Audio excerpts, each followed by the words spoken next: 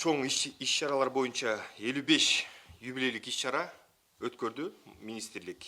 45 мамлекеттик деңгээлдеги жогорку деңгээлде иш-чаралар өткөрүлдү. Булар Күлүп Акундучаловдун 100 жылдыгын белгиледик. Болот Миңжилкыевдин иш-чарасын белгилеп 4-ел аралык опера фестивалын уюштурдук. Кыргыз Республикасынын эгемендүүлүгүнүн 30 жылдыгын бүтүндөй республика боюнча белгиледик. Республикалык деңгээлде, областтык деңгээлде жана райондук деңгээлде ар кандай иш-чаралар өттү. Айтуу Алымбек Даткандын 220 жылдыгын жана Курманжан Даткандын 210 жылдыгын ош шаарында белгиледик. Жусуп Абдрахманов, атактуу тилчилер Касым Тыныстанов, Хусейин Карасаевдин 120 жылдыктарын белгиледик.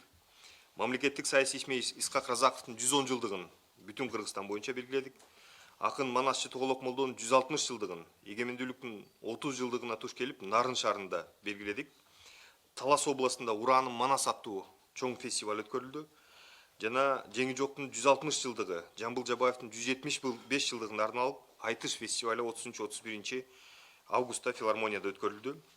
Дүйнө элдеринин эпосы 6-чы дүйнөлүк фестиваль өткөрүлдү. Билесиздер, Манас эпосу эң чоң эстелик эң чоң эпос болгондуктан дүйнөлүк эпостардын баардыгын Кыргызстанда топтоп келип биз дүйнөлүк фестиваль эпостардын фестивалын өткөрүп атабыз. Жана бүгүн быйыл келген делегаттардын баардыгы бир добуш менен Кыргызстанды эпостардын мекени деген статус берилип, ушул жыл сайын эпостарды Кыргызстанда топтоо демилгеси көтөрүлдү.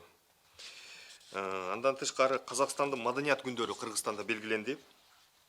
Сүйүнбай Алиевдин 100 жылдыгы, СССРдин эл артисти, эл ырчысы Эстебес Турсуналиевдин 90 жылдыгы, кыргыз эл жазуучусу, Кыргыз Республикасынын баатыры Төлөгөн Касымбековдун 90 жылдыгы, СССРдин эл артисти, СССРдин мамлекеттик сыйлыгынын лауреаты Болот Шамшиевдин жана кыргыз киносунун 80 жылдыгы Кыргызстанда жогорку деңгээлде өткөрүлдү.